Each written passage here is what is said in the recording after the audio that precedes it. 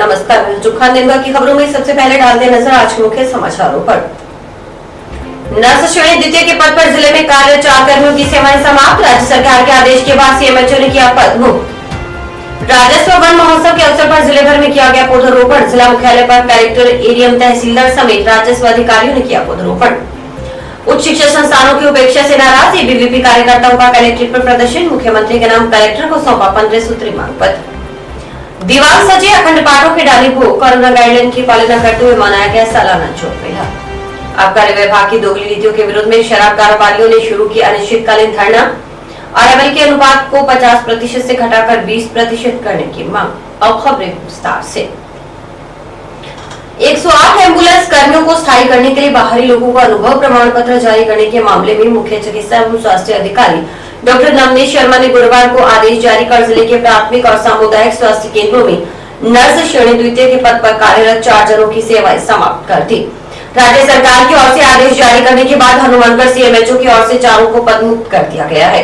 देखिए रिपोर्टर प्रदीप पाल की खास रिपोर्ट। 108 एम्बुलेंस कर्मियों को स्थायी करने के लिए बाहरी लोगों को भी अनुभव प्रमाण पत्र जारी करने से जुड़े इस मामले में करीब 1.5 माह पहले ही 20 जुलाई को राज्य सरकार की ओर से हनुमानगढ़ के तत्कालीन सीएमएचओ डॉक्टर अरुण कुमार चमड़िया को निलंबित कर दिया गया था। चिकित्सा एवं स्वास्थ्य विभाग ने पद का दुरुपयोग कर स्वयं के हस्ताक्षर से गलत तरीके से नियम विरुद्ध अनुभव प्रमाण पत्र जारी करने के मामले में हनुमानगढ़ के तत्कालीन सीएमएचओ डॉक्टर अरुण चमड़िया को आदेश जारी कर निलंबित किया था। मूल रूप से जंक्शन के रहने वाले डॉक्टर चमड़िया निलंबन आदेश जारी होने के समय श्रीगंगानगर जिला अस्पताल में सेवारत थे। सीएमएचओ डॉक्टर नवनीत शर्मा ने बताया कि स्थायी किए गए 108 एम्बुलेंस कर्मियों की भर्ती प्रक्रिया में अन्य राज्यों के 4 आवेदकों को शामिल कर लिया गया था। इस संबंध में न्यायालय में केस चल रहे थे। गुरुवार को राज्य सरकार की ओर से आदेश जारी किया गया कि इन 4 आवेदकों की सेवाएं तुरंत प्रभाव से समाप्त की जाएं। इस पर 4 आवेदकों की सेवाएं आज से समाप्त करने के आदेश जारी कर दिए गए हैं। इनमें पीलीबंगा खंड के गांव बड़ोपल के प्राथमिक स्वास्थ्य केंद्र में नर्स श्रेणी द्वितीय के पद पर तैनात विपिन कुमार पुत्र कृष्णलाल, हनुमानगढ़ खंड के गांव मुंडा स्थित प्राथमिक स्वास्थ्य केंद्र में नर्स श्रेणी द्वितीय के पद पर तैनात जगदीप सिंह पुत्र सोहन सिंह, नौहर के सामुदायिक स्वास्थ्य केंद्र में नर्स श्रेणी द्वितीय के पद पर तैनात प्रहलाद सिंह पुत्र कृष्ण कुमार व रावतसर के गाँव कैलानिया स्थित प्राथमिक स्वास्थ्य केंद्र में नर्स श्रेणी द्वितीय के पद पर तैनात भोजराज पुत्र मनोहर शामिल हैं। इन 4 ने नर्स श्रेणी द्वितीय के पद पर यथावत रखने के लिए राजस्थान उच्च न्यायालय जोधपुर में रिट पिटीशन दायर की थी। न्यायालय ने 4 की याचिकाएं खारिज कर दी हैं। इस पर राज्य सरकार के आदेश मिलने के बाद जिले के सभी बीसीएमओ को निर्देशित कर दिया गया कि इन 4 की सेवाएं समाप्त कर दी जाएं। जी 108 की जो परमानेंट किए गए थे उनकी जो भर्ती प्रक्रिया थी उसमें 4 कैंडिडेट थे जो अदर स्टेट के थे और जिनको इनकी भर्ती प्रक्रिया में शामिल कर लिया गया था सर्टिफिकेट की वजह से। वो कोर्ट केसेस चल रहे थे। कोर्ट केसेस के बाद में आज राज्य सरकार की तरफ से आदेश जारी किया गया है कि इनकी 4 की सेवाएं तुरंत प्रभाव से खत्म की जाएंगी। तो हमने यहाँ से इन 4 की सेवाएं समाप्त करने के आदेश जारी कर दिए हैं और इनको आज तुरंत प्रभाव से आज के बाद इनकी सेवाएं समाप्त कर दी जाएंगी। क्या नाम से कहाँ चल रहा है? एक तो विपिन कुमार है बड़ोपल पीलीबंगा से, एक जगदीप सिंह मुंडा हनुमानगढ़ से, प्रहलाद सिंह नौहर से और भोजराज केलनिया रावतसर से। तो सभी बीसीएमओ को निर्देशित कर दिया गया है कि इनकी सेवाएं तुरंत प्रभाव से समाप्त कर दी जाए। सीएमएचओ डॉक्टर शर्मा के अनुसार अन्य राज्यों के इन 4 आवेदकों के स्थायी होने के बाद करीब 250 अन्य लोग भी कोर्ट में गए थे कि उन्हें भी इनकी तरह स्थायी कर दिया जाए, लेकिन नियम विरुद्ध होने के कारण सरकार ने फैसला लेते हुए इन 4 की सेवाएं समाप्त कर दी। इसलिए शेष की अपील स्वयं खारिज हो जाएगी। इनके बिहाफ पे जो 4 अदर स्टेट के जो कैंडिडेट इसमें परमानेंट हो गए थे उनको देखते हुए करीब 250 पिटिशंस हो रही थी कोर्ट के अंदर की इन हमें भी इस तरीके की सर्विस दी जाए, जो कि नियमों के खिलाफ थी। इसलिए सरकार ने फैसला लेते हुए इनकी सेवाएं समाप्त कर दी गई हैं, तो वो अपने आप अपील खारिज हो जाएंगी। आबकारी विभाग की दोगली नीति के विरोध में गुरुवार को अनोखाधारी शराब व्यवसायियों ने संग्रिया रोड पर स्थित हरियाली बाजार के समक्ष अनिश्चितकालीन धरना शुरू कर दिया है। अनोखाधारी प्रदीप तिवारी ने बताया कि आबकारी नीति वर्ष 2021-22 के तहत आरएमएल मदिरा का अनुपात मासिक मदिरा गारंटी में 50% किया गया है, जबकि आरएमएल की बिक्री मदिरा दुकानों पर नगण्य है। सरकार सरकार, राजस्थान सरकार, अशोक गहलोत, अशोक गहलोत, आबकारी नीति, आबकारी नीति, आबकारी नीति, आबकारी नीति, अशोक गहलोत, राजस्थान सरकार, अशोक गहलोत, आबकारी नीति, आबकारी नीति, आबकारी नीति, आबकारी नीति, दोगली नीति बंद करो, दोगली नीति बंद करो। उन्होंने बताया कि लोगों में आरएमएल के प्रति रुझान नहीं होने के चलते मदिरा दुकानों पर आरएमएल का स्टॉक बढ़ता जा रहा है, जिसके कारण आरोग्यधारी को भारी भरकम नुकसान का सामना करना पड़ रहा है। इस संबंध में पूर्व में कई बार ज्ञापन, धरना प्रदर्शन आदि के माध्यम से आबकारी विभाग के उच्चाधिकारियों को अवगत करवाने के बावजूद आरएमएल के अनुपात में राहत प्रदान नहीं किए गए, जिसकी वजह से अनुग्रहधारी दुकानों का संचालन करने में असमर्थ हो गए। विनोद बेनीवाल ने बताया कि आबकारी विभाग की दोगली नीतियों की वजह से कई अनुग्रहधारी दुकानें सरेंडर भी कर चुके हैं और कुछ सरेंडर करने की तैयारी में हैं। पूर्व में आबकारी विभाग द्वारा जो दुकानें संचालित की जा रही थी उन्हें सरेंडर कर दिया गया। जब इन नीतियों की वजह से आबकारी विभाग ही दुकानें संचालित नहीं कर पा रहा तो हम कैसे दुकानें संचालित कर सकते हैं। बेनीवाल ने बताया कि जब तक विभाग अनुग्रहधारी को बर्बाद करने के लिए लागू की गई नई नीतियों में परिवर्तन कर राहत नहीं दे देता, तब तक हमें दुकानें संचालित नहीं करेंगे। यदि जरूरत पड़ी तो जिले के समस्त शराब व्यवसायी दुकानें सरेंडर कर देंगे। आज सभी शराब व्यवसायी हनुमानगढ़ यहाँ पे धरना, शांति प्रिय धरना कोविड गाइडलाइन के तहत चालू किया है। आप विगत दिनों में आपको पता ही था, अभी जो सरकार द्वारा बनाई गई नई आबकारी नीति, दोगली नीति जिसको हम नाम दे रहे हैं, उसके खिलाफ यहाँ धरना प्रदर्शन चालू किया है हमने। दोगली नीति में पिछले साल की विगत वर्ष की भांति इस बार सरकार ने जो नई शराब बनाई आरएमएल, उसको 50% कर दिया और जिसकी विक्रय मतलब हमारे शराब व्यवसायियों के लिए नगण्य है, मतलब ना के बराबर है। सचिवालय में मीटिंग बुलाई गई थी क्योंकि नई आबकारी नीति है ना जो बनाई थी, गहलोत सरकार द्वारा जो नीति बनाई गई थी वो फेल होने की कगार पे थी। तो सचिवालय में मीटिंग बुलाई गई थी आबकारी आयुक्त जोगाराम के अध्यक्षता में, उसमें ये सुझाव मांगी गई थी ये नीति फेल क्यों हो रही है। उनको सब ज्ञात है, ज्ञात होते भी सरकार गूंगी हो रही है, तो ये गूंगी सरकार के खिलाफ और आबकारी नीति के खिलाफ, दोगली नीति के खिलाफ हमारा धरना है। आज सभी हनुमानगढ़ के शराब व्यवसायी यहाँ धरना प्रदर्शन शुरू किया है। हमारी मांग है भी सरकार जो आरएमएल है उसको 50% उठाव जरूरी कर दिया है, तो वो आरएमएल शराब बिक ही नहीं रही है, ग्राहक उनको खरीद ही नहीं रहा है और वो ग्राहक के लिए, स्वास्थ्य के लिए भी हानिकारक है। तो हम सरकार से मांग करते हैं इस आरएमएल को कम की जाए ताकि शराब व्यवसायी अपना व्यवसाय चला सके। इस बार के आरएसबीसीएल और आरएसडीएसएम ने भी दुकानें ली थी, वो तो भागकर चले गए, उन्होंने अपनी दुकानें छोड़ दी और शराब ठेकेदार है वो चला रहे हैं, हम घाटे में चला रहे हैं। तो सरकार से हमारी मांग है कि इस आरएमएल को कम कर किया जाए ताकि दुकानें चला सके। एक अरसे बाद विद्यालयों में विद्यार्थियों के आने से रौनक लौटी है। गुरुवार को विद्यार्थियों के विद्यालय आगमन पर जंक्शन स्थित सरस्वती कन्या उच्च माध्यमिक विद्यालय में प्रबंध समिति पदाधिकारियों की ओर से बच्चों का तिलक लगाकर पुष्प वर्षा कर फलों का वितरण कर स्वागत किया गया। इस मौके पर प्रबंध समिति अध्यक्ष गणेश राज बंसल, वरिष्ठ उपाध्यक्ष सुरेंद्र बलाड़िया, उपाध्यक्ष लखवीर सिंह मान, सचिव अमरनाथ सिंगला, सचिव अनिल बंसल, कोषाध्यक्ष अशोक सिंगला, महाविद्यालय प्राचार्य डॉक्टर श्याम सुंदर शर्मा, विद्यालय प्रिंसिपल प्रेरणा रस्तोगी ने बच्चों का तिलक कर विद्यालय में प्रवेश करवाया। प्रबंध समिति सचिव अमरनाथ सिंगला ने बताया कि राज्य सरकार की गाइडलाइन के अनुसार 1 सितंबर से विद्यार्थियों ने विद्यालय में आना था, परंतु अनेकों परीक्षाओं के कारण गुरुवार से सुव्यवस्थित तरीके से विद्यालय में विद्यार्थियों का आना प्रारंभ हुआ है। उन्होंने बताया कि गुरुवार को विधिवत रूप से मां सरस्वती की पूजा अर्चना के पश्चात विद्यालय प्रारंभ किए गए हैं। मां सरस्वती से विद्यार्थियों के उज्जवल भविष्य की कामना की गई है। विद्यालय प्रिंसिपल रस्तोगी ने बताया कि राज्य सरकार की गाइडलाइन के तहत कक्षाओं में बच्चों में नियमित दूरी व मास्क का विशेष ध्यान रखा जा रहा है। विद्यालय के मुख्य द्वार पर प्रत्येक बच्चे के हाथों को सैनिटाइज करने की व्यवस्था भी की गई है। बच्चों को भी कक्ष में बार बार कोरोना गाइडलाइन की पालना करने के लिए प्रेरित किया जा रहा है। अति सम्मानीय हमारे अध्यक्ष महोदय श्री गणेश राज जी बंसल के निर्देश के अनुसार कल हमने गांव में बच्चों को लेने के लिए बसें भेजी। आज सब बच्चे आ रहे हैं। जन कल्याण समिति के सभी पदाधिकारी सभी बच्चों के मास्क चेक कर रहे हैं। बड़ी खुशी की बात है और हमें गर्व है कि जो भी बच्चा हमारे सामने उसके मास्क लगा हुआ था, हम उनका तिलक करके केले का प्रसाद देके और फूलों से सभी बच्चों का स्वागत कर रहे हैं और उनके उज्जवल भविष्य की कामना।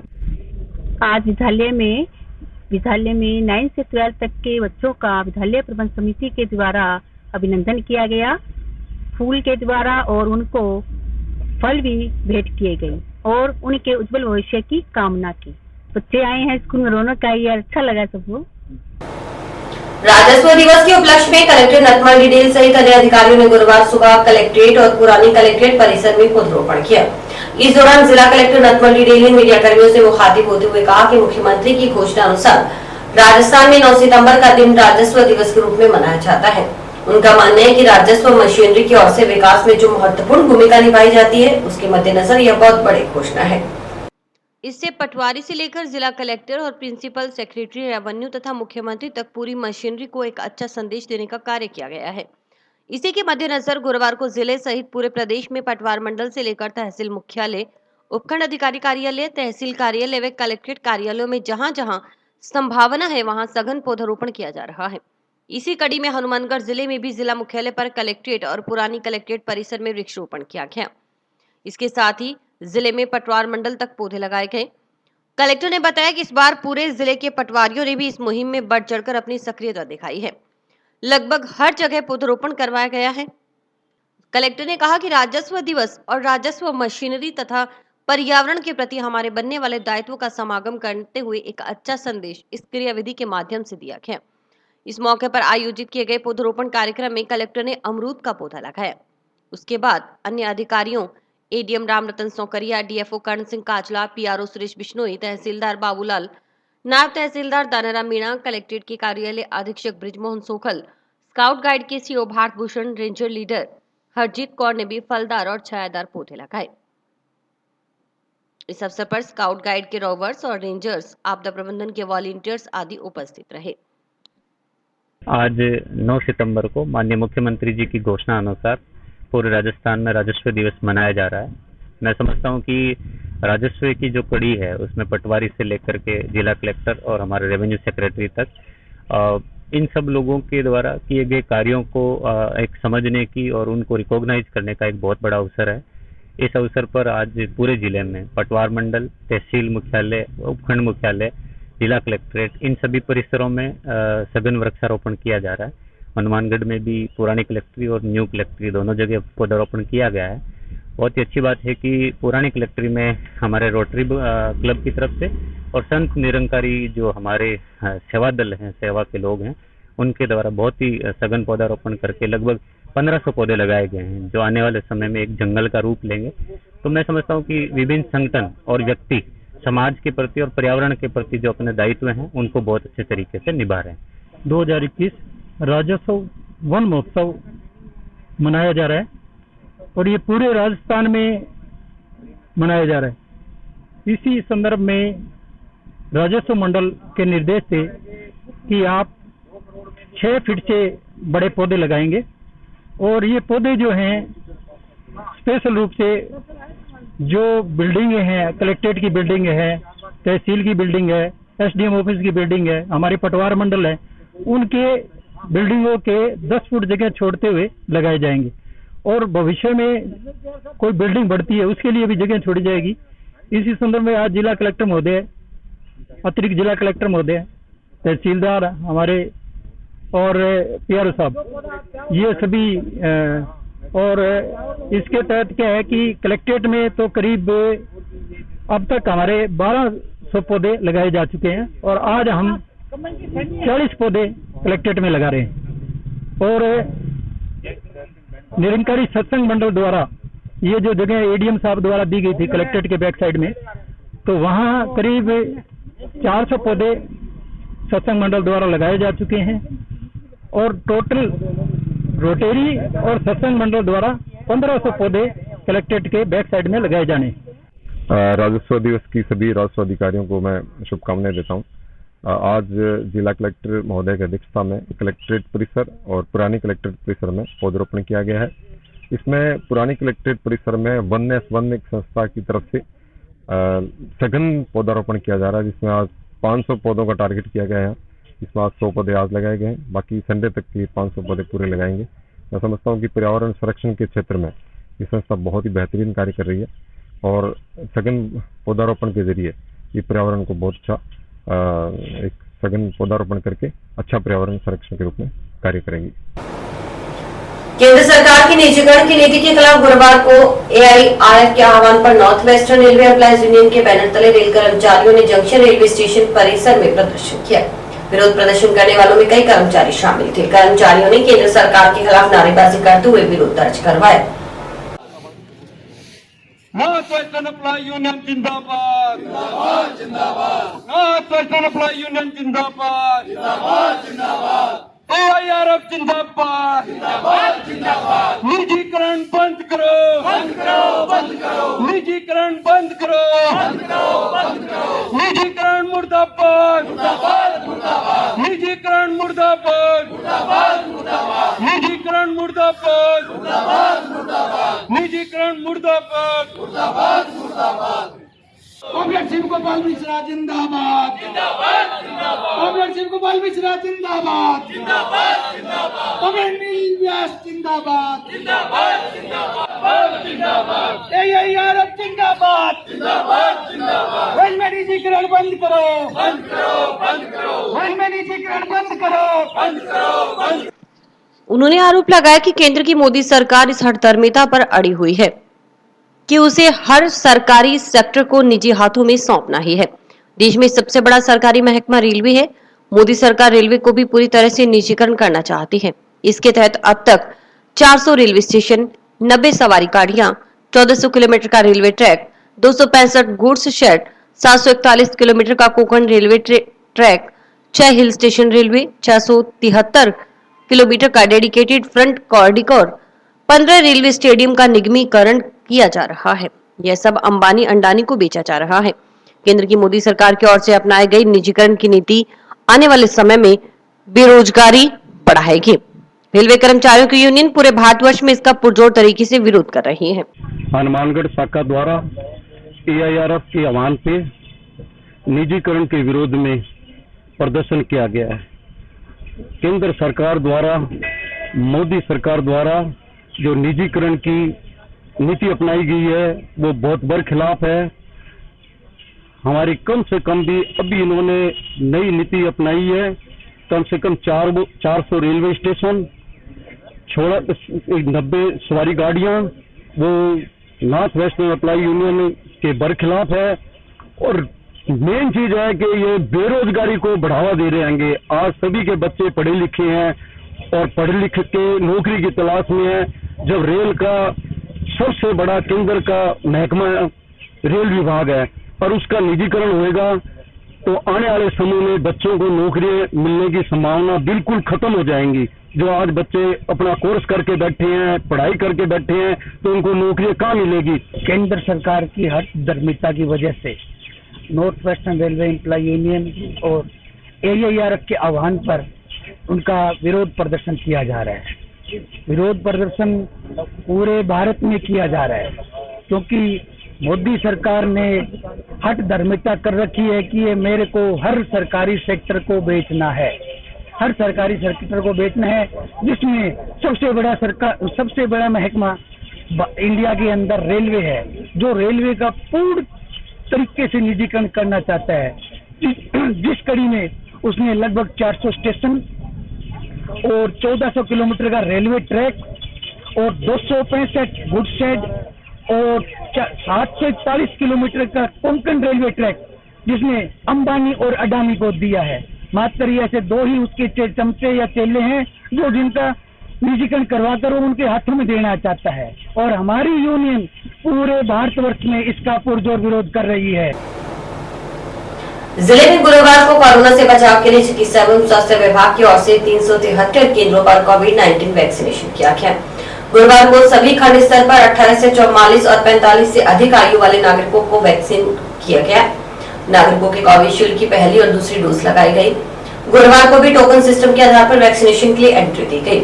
गुरुवार को टीकाकरण केंद्रों पर वैक्सीन लगवाने आने वालों में ज्यादातर संख्या कोविशील्ड की दूसरी डोज लगवाने वाले नागरिकों की थी, क्योंकि जिले में करीब 80% नागरिकों के पहली डोज लग चुकी है। अभी जिले में करीब 20% लोग ही पहली डोज लगवाने से वंचित हैं, जबकि करीब 30% नागरिक दूसरी डोज लगवा चुके हैं। अब टीकाकरण केंद्रों पर पहले की तरह भीड़ भी नजर नहीं आ रही। टीकाकरण केंद्रों पर पहुंचने वाले नागरिकों को टोकन के लिए भी लंबी लाइन में खड़े होकर इंतजार नहीं करना पड़ रहा, क्योंकि टीकाकरण केंद्रों पर अब भीड़ नहीं है। पूर्व में पहली डोज लगवाने वालों की संख्या अधिक होने के कारण टीकाकरण केंद्रों पर लंबी लाइनें लग रही थी। लोगों को घंटों धूप में खड़े होकर पहले टोकन और बाद में वैक्सीनेशन के लिए अपनी बारी का इंतजार करना पड़ता था। साथ ही टीकाकरण केंद्रों पर अव्यवस्थाएं हावी रहने से विवाद की स्थिति भी पैदा हो रही थी। चिकित्सा विभाग का भी प्रयास है कि जिले में 100% नागरिकों की पहली डोज का कार्य पूरा किया जाए, साथ ही दूसरी डोज वाले नागरिकों को भी समय पर वैक्सीन लगाई जा सके, क्योंकि अब जिले को निदेशालय से पर्याप्त मात्रा में डोज मिल रही है। बुधवार को भी जिले में कोविड-19 वैक्सीनेशन की गति देखते हुए निदेशालय ने 98,470 कोविशील्ड की डोज उपलब्ध करवाई थी। इतनी बड़ी मात्रा में डोज मिलने से जिले में 2-3 दिन तक वैक्सीनेशन हो रहा है। मुख्य चिकित्सा एवं स्वास्थ्य अधिकारी डॉक्टर शर्मा ने बताया कि अब विभाग का ध्यान दूसरी डोज लगवाने वाले नागरिकों पर है। उन्होंने कहा कि जिन नागरिकों की कोविशील्ड की प्रथम वैक्सीनेशन डोज लगवाने के बाद 84 अथवा इससे अधिक दिन हो गए, वे दूसरी डोज आवश्यक रूप से लगवाएं। हनुमानगढ़ में चूंकि वैक्सीनेशन लोगों की जागरूकता से, माननीय कलेक्टर महोदय के प्रयासों से, पूरे स्टाफ की मेहनत से अच्छा वैक्सीनेशन हो रहा है और हम हनुमानगढ़ जिला आज की तारीख में पूरे राजस्थान में फर्स्ट डोज के अंदर 5वें रैंक पर है और उसी के अनुसार हमें 98,470 डोज हमें कल प्राप्त हुई थी, जो डिस्ट्रीब्यूट हो गई थी। आज हम 347 सेंटर क्रिएट करते हुए हमारा टारगेट ये है कि हम 10% एक्स्ट्रा करके वापस दूसरी बार 1 लाख वैक्सीन लगाएं एक दिन में। और मेरी सभी से अपील है कि सेकेंड डोज जिनकी पेंडिंग रहेगी, अभी हनुमानगढ़ जिले में 1,10,768 सेकेंड डोज पेंडिंग हो चुकी है, तो अगर अपन सेकेंड डोज भी पूरी मात्रा में लगवाएं तो भी अपने वैक्सीन कम पड़ेंगे। अब चूंकि सभी जागरूक भी हो गए हैं और अच्छी संख्या में वैक्सीन लग रही है, तो कुछ जिले हैं जो 1-1 लाख तक भी एक दिन में वैक्सीन लगा रहे हैं और कल नागौर ने 2 लाख वैक्सीन लगाई है एक दिन में। तो जब नागौर जिले में 2 लाख वैक्सीन लगा सकते हैं तो हमारे हनुमानगढ़ में लोग भी जागरूक हैं, तो हम भी 1 लाख से ज्यादा वैक्सीन और अधिक से अधिक वैक्सीन लगाएंगे ताकि थर्ड वेव की जो भी लहर की संभावना बताई जा रही है उससे हमारा बचाव हो सके। टाउन थाना क्षेत्र के गांव जोरावरपुरा निवासी अविवाहित युवक की अपहरण के बाद लाठियों से पीट कर हत्या करने के मामले में पुलिस जांच में जुटी है। टाउन पुलिस ने हत्या के आरोप में दर्ज मामले में नामजद आरोपियों की तलाश में गुरुवार को भी हत्यारों के छिपने की संभावित ठिकानों पर दबिश दी। पुलिस की 2 टीमें इस हत्याकांड का खुलासा करने के लिए दौड़ धूप कर रही हैं। इस संबंध में बुधवार को टाउन पुलिस थाना में अक्षय झिंझा, सिद्धार्थ झिंझा, सुरेंद्र झिंझा निवासी रावतसर, अजय मेवाल, अनिल मिरासी, शीशकरण निवासी जोरावरपुरा वगैरह के खिलाफ मुकदमा दर्ज हुआ है। उच्च शिक्षा संस्थान, विश्वविद्यालय व महाविद्यालय की उपेक्षा और सामाजिक क्षेत्र में बढ़ते अपराधों के विरोध में अखिल भारतीय विद्यार्थी परिषद के कार्यकर्ताओं ने प्रदेश व्यापी आह्वान पर गुरुवार को कलेक्ट्रेट पर प्रदर्शन किया। विरोध प्रदर्शन के बाद 15 सूत्री मांगों के संबंध में मुख्यमंत्री के नाम कलेक्टर को ज्ञापन सौंपा गया। विरोध प्रदर्शन के दौरान कलेक्ट्रेट के गेट के समक्ष हुई सभा में वक्ताओं ने कहा कि आज का युवा भविष्य का निर्माता है, लेकिन प्रदेश में गत वर्षों तथा कोरोना काल में उच्च शिक्षण संस्थानों की उपेक्षा और अनदेखी से छात्र हितों को हानि हो रही है। सामाजिक क्षेत्र में निरंतर बढ़ते अपराध युवाओं को भ्रमित करने के साथ प्रदेश की छवि धूमिल कर रहे हैं।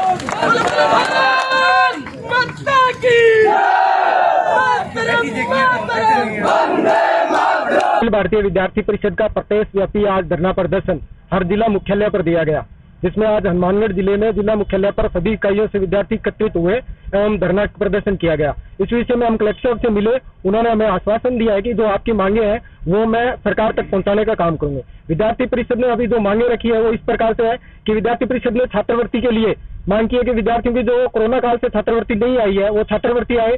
परीक्षा जो फॉर्म भरे गए हैं उनका शुल्क लिया गया है वो वापस किया जाए और विद्यार्थियों से जो अननेसेसरी फीस ली जा रही है वो वापस की जाए और जो अभी रिक्त पद पड़े हुए हैं वो भरे जाए। छात्र संघ चुनाव हो, इस विषय में हम हमारी 11 सूत्रीय मांगों को लेकर हम कलेक्टर साहब से मिले और हमें आश्वासन भी मिला है कि अभी इस विषय पर संज्ञान लिया जाएगा। पीछे जो आरजेएस की जो भर्ती थी उसके अंदर भी बड़ी धांधली देखने में आई थी।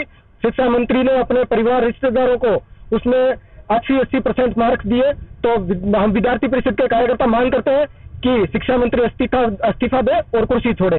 आज विद्यार्थी परिषद ने, जैसा कि पूरे प्रदेश भर में ये आंदोलन रूपी हल्ला बोल छात्रों ने का जो चल रहा है कि ये जो सरकार ने विश्वविद्यालयों ने और महाविद्यालयों ने जो अनाप शनाप जो फीस ले लिया और उनका उपयोग नहीं हुआ है वो छात्रों को या तो वापस होनी चाहिए, वरना अगले सत्र तक उनकी जो फीस है वो नहीं ले जानी चाहिए। इस मांग के लिए आज हमने सिर्फ ज्ञापन रूपी बांसुरी बजाई है। जल्दी गहलोत सरकार के कानों में जू नहीं रहती है तो महाभारत भी कर देंगे, क्योंकि विद्यार्थी परिषद धर्म से राष्ट्र की ओर चलने में विश्वास रखती है और जो भी छात्रों का बाध्य होगा बाधा से हम भिड़ने के लिए तैयार रहेंगे। अखिल भारतीय विद्यार्थी परिषद आज जो विज्ञापन दिया गया है 11 सूत्री मांगों को लेकर, जल्दी से अगर इस पर कार्यवाही नहीं होती है तो विद्यार्थी परिषद के कार्यकर्ता पूरे प्रदेश भर के अंदर इस आंदोलन को उभर करके और इन मांगों को पूरा करने का काम करेगी। टाउन के ऐतिहासिक गुरुद्वारा शहीद बाबा सुखा सिंह महताब सिंह में सालाना जोड़ मेला गुरुवार को भरा।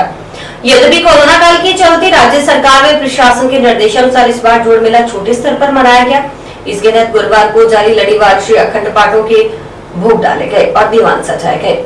शिरोमणि सेवारतन शिरोमणि पंथ रतन सिंह साहिब जत्थेदार बाबा बलवीर सिंह अकाली 96 करोड़ी मुखी बुड्ढा दल पंजवा तख्त की सरपरस्ती में इस बार कोरोना काल के चलते जोड़ मेला कोरोना गाइडलाइन की पालना करते हुए गुरुद्वारा की चारदीवारी के अंदर ही मनाया गया। संगत ने पहुंचकर श्री गुरु ग्रंथ साहिब के समक्ष माथा टेककर सुख समृद्धि की कामना की। जोड़ मेले में पंथ की महान धार्मिक और राजनीतिक शख्सियों ने पहुंचकर गुरु के बताए मार्ग पर चलने का आह्वान किया। इसके अलावा केश धारण करने, सामाजिक बुराइयों को त्यागने, संस्कृति और शहीदों की दी गई कुर्बानियों को हमेशा याद रखने का संदेश दिया गया। खालसा पंथ के महान डागी डाडी जत्थों ने गुरु इतिहास सुनाकर अपने विचारों के जरिए संगतों को निहाल किया गया। इस मौके पर अटूट लंगर भी बरताया गया। जोड़ मेले के चलते गुरुद्वारा परिसर के बाहर दुकानें लगाई गई। मेले में आए लोगों ने दुकानों पर खरीदारी की।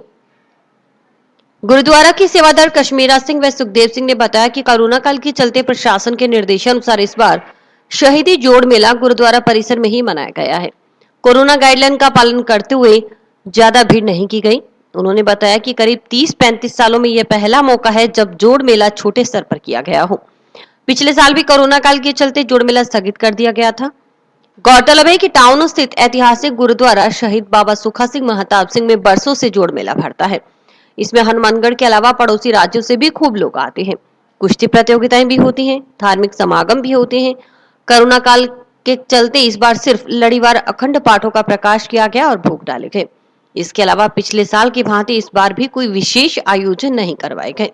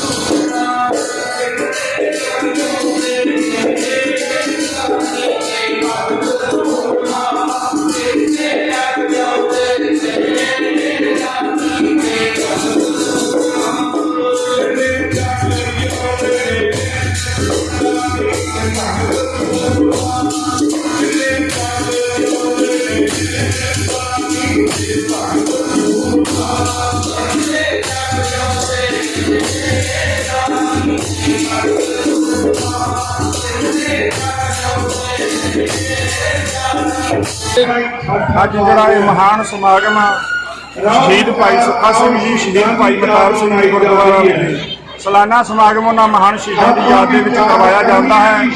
श्रोमणी सेवा रतन पंथ रतन सिंह साहिब जथेदार बाबा बलवीर सिंह जी अकाली 96 करोड़ी जथेदार श्रोमणी पंथ अकाली बुढ़ा दल पंजवां तख्त की गवाही दे विच धन धन श्री गुरु ग्रंथ साहिब जी महाराज जी की छत्र छाया हेठ जिहड़ा ये महान समागम क्योंकि श्री अखंड पाठ साहिब जी की लड़ी जी कई महीनों तो इत्थे प्रारंभ है सो अज लड़ी भी समाप्ति हो चुकी है। उत्ते नाल नाल रोटी के लंगर जिहड़े अटुट वरत रहे हैं। मैं बेनती करा सारी संगत नूं उन्हां महान शहीदां दे चरनां दे विच हाज़रियां लवाइए ताकि अपनी सारियां दीयां मनोकामनावां भावनावां जिहड़ियां आपां इस घर घर ते लैके आए हैं वो शहीद सिंह पूरीआं करन।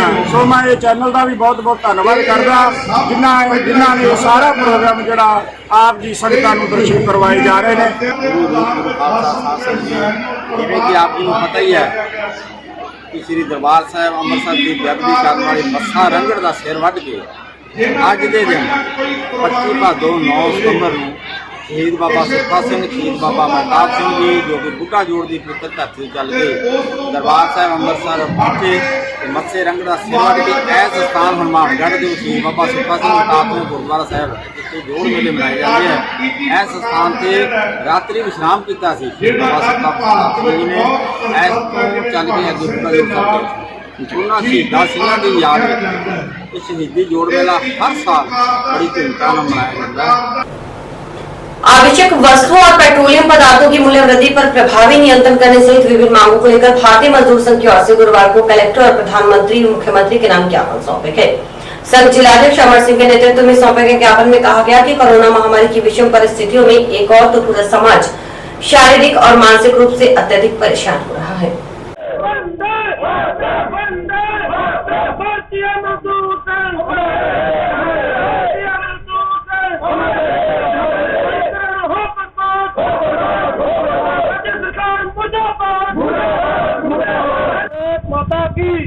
भारत माता की वंदे वंदे जिंदाबाद जिंदाबाद जिंदाबाद भारतीय मजदूर संघ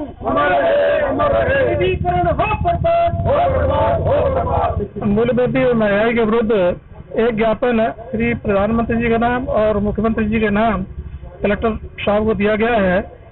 कोरोना महामारी के कारण से पूरा समाज ही नहीं श्रमिक वर्ग कर्मचारी वर्ग बहुत परेशान है। काम धंधे मिल नहीं रहे और कर्मचारियों के जो डीए काटा गया था और महंगाई दर दर बढ़ती जा रही है। डीजल पेट्रोल के भाव आसमान छू रहे हैं। हमारा सरकार से यही मानना है कि डीजल और पेट्रोल को जीएसटी के दायरे में लाया जाए और एक जो वस्तु का पैकेट पर मूल्य लिखा होता है हमारी मांग ये है कि उस पर लागत मूल्य भी लिखा जाए जिससे ये पता चले भाई वो वस्तु कितने की है और कितने में बेची जा रही है। तो सरकार कोई ऐसा कानून बनाए कि उस पर लागत मूल्य भी अंकित होना चाहिए और डीजल पेट्रोल का जो रोज का भाव है उस रोज का भाव को हटा करके जीएसटी के दायरे में लाए, एक समान रेट किया जाए। ये हमारी सरकार से मांग है और साथ में मुख्यमंत्री जी से मांग है कि बिजली का रेट बहुत ज्यादा बढ़ा दिया गया है। उसका एलईडी पहले तो 100 वाट का बल्ब लगाता था, उसके बाद सीएफएल आ गई, एलईडी आ गई, लेकिन बिजली में कोई कमी नहीं आई। हम 100 वाट का बल्ब जलाते थे, वहाँ 7 वाट की एलईडी जला रहे हैं, लेकिन निरंतर बिजली का बिल तो बढ़ता जा रहा है। तो हमारी मुख्यमंत्री जी से मांग है कि बिजली के रेट कम किए जाए। महंगाई के जो अमर सिंह जी ने भाई साहब ने बता दिया महंगाई का, बाकी निजीकरण इतना ज्यादा हो गया देश में का हद से ज्यादा। फिर मुख्यमंत्री ये सरकार बनी तो अशोक गहलोत ने यहाँ कहा था कि 10 दिन में मैं किसानों का कर्जा माफ कर दूंगा, वो नहीं हुआ। कर्मचारियों की भर्ती करूंगा नहीं, वो नहीं हुई। कर्मचारी रिटायरमेंट होते जा रहे हैं। हर विभाग के अंदर ये हालात होगी कि आज में काम नहीं हो रहा है, एक आदमी के ऊपर 4-4, 5-5 आदमियों का काम हो रहा है उसपे। तो इसी तरह हर विभाग में ना पेंशन मिल रही है रिटायरमेंट को, ना उनका बकाया डीए और टाइम नाइट कोई भी पेमेंट अभी तक नहीं हो रहा है। ये हालत होगी है कि रिटायरमेंट तो क्या जो मजदूर नौकरी कर रहे हैं उनको भी आज पैसा नहीं मिल रहा है। जिला स्तर पर जिला औषधि भंडार में ऑक्सीजन बैंक स्थापित कर दिया गया है। इसके लिए निदेशालय से 5 लीटर क्षमता के 100 ऑक्सीजन कंसंट्रेटर जिला औषधि भंडार को प्राप्त हुए हैं। जिला औषधि भंडार के जिला समन्वयक अधिकारी डॉक्टर कुलदीप बराड़ ने बताया कि जिले में 100 ऑक्सीजन कंसंट्रेटर आने के बाद ऑक्सीजन की आवश्यकता होने पर अब ऑक्सीजन कंसंट्रेटर घर पर उपयोग करने के लिए उपलब्ध हो सकेगा। उन्होंने बताया कि कोविड संक्रमण के प्रचार को रोकने, संक्रमण की श्रृंखला को तोड़ने, कोविड के कारण होने वाली जनहानि को न्यूनतम किए जाने, तीसरी लहर को रोकने और सीमित करने पर घर पर ही कोविड-19 सिलिकोसिस व अन्य रोगों के मरीजों को उनकी मेडिकल स्थिति के अनुसार मेडिकल ऑक्सीजन उपलब्ध करवाने के लिए जिला स्तर पर जिला औषधि भंडार में ऑक्सीजन बैंक स्थापित कर दिया गया है।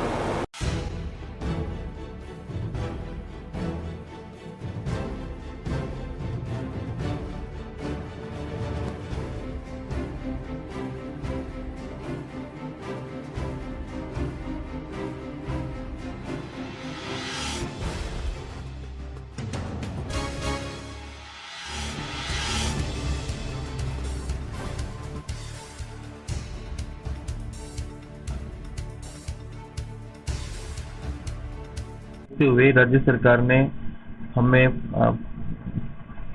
7 तारीख को हमें 100 कंसंट्रेटर ऑक्सीजन कंसंट्रेटर प्रोवाइड करवाए हैं, जो कि स्पेशली ऑक्सीजन कंसंट्रेटर बैंक के लिए ही रखे जाएंगे। वो हमने जिला औषधि भंडार में रखवा दिए हैं और जिसके इंचार्ज डॉक्टर कुलदीप बराड़ रहेंगे, जो DDW DPC हैं, इंचार्ज हैं। इसके तहत एक अमानत राशि रखते हुए गरीब आदमी जितनी आवश्यकता होगी उस हिसाब से राज्य सरकार की मंशा यही है कि गरीब आदमी को हम जो हॉस्पिटल लाने लायक नहीं है या घर पे उसका इलाज हो सकता है, उसको घर पे हम ऑक्सीजन कंसंट्रेटर प्रोवाइड करवाएं। स्कूल में कितने पहले से? हमारे हनुमानगढ़ में अभी 957 कंसंट्रेटर अभी तक थे और 100 कंसंट्रेटर और उपलब्ध हो गए हैं, तो अब हमारी संख्या हो गई है 1057। राजस्व वन महोत्सव के उपलक्ष्य में गुरुवार को पुरानी कलेक्ट्रेट परिसर में कलेक्टर रघुवर डिडेल की अध्यक्षता में 100 पौधे लगाए गए। संत निरंकारी मंडल हनुमानगढ़ से सहयोग से कलेक्ट्रेट परिसर में ये पौधारोपण किया गया। इस अवसर पर एडीएम रामरतन सोकरिया, DFO कर सिंह कासला, PRO सुरेश बिश्नोई, तहसीलदार बाबूलाल, कलेक्ट्रेट के कार्यालय अधीक्षक ब्रिजमोहन सोखल समेत अन्य अधिकारियों और संत निरंकारी मंडल हनुमानगढ़ ब्रांच के सदस्य उपस्थित रहे। इस दौरान करीब 250 पौधे यहाँ लगाए जाएंगे। अब तक करीब 500 पौधे लगाए जा चुके हैं।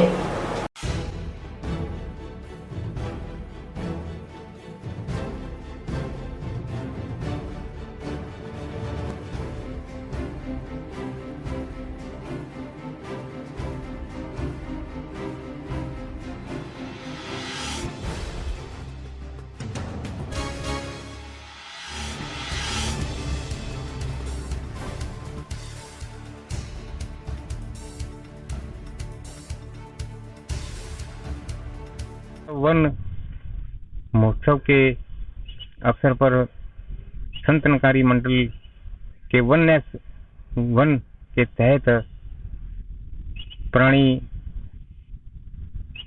कोट में पौधे लगाए गए, जिसकी अध्यक्षता माननीय कलेक्टर साहब ने, एडीएम साहब ने और भी DFO, तहसीलदार, PRO ने आकर के पौधा लगा करके वृक्षारोपण किया और इसमें लगभग 275 पौधे और लगाने हैं। तो ये कार्य चलता रहेगा, क्योंकि इनको समय समय पर पानी देना या और भी जो पौधों के लिए खाद या जो भी चीज की आवश्यकता है वो संत निरंकारी मंडल ब्रांच हनुमानगढ़ द्वारा उपलब्ध करवाई जाएगी।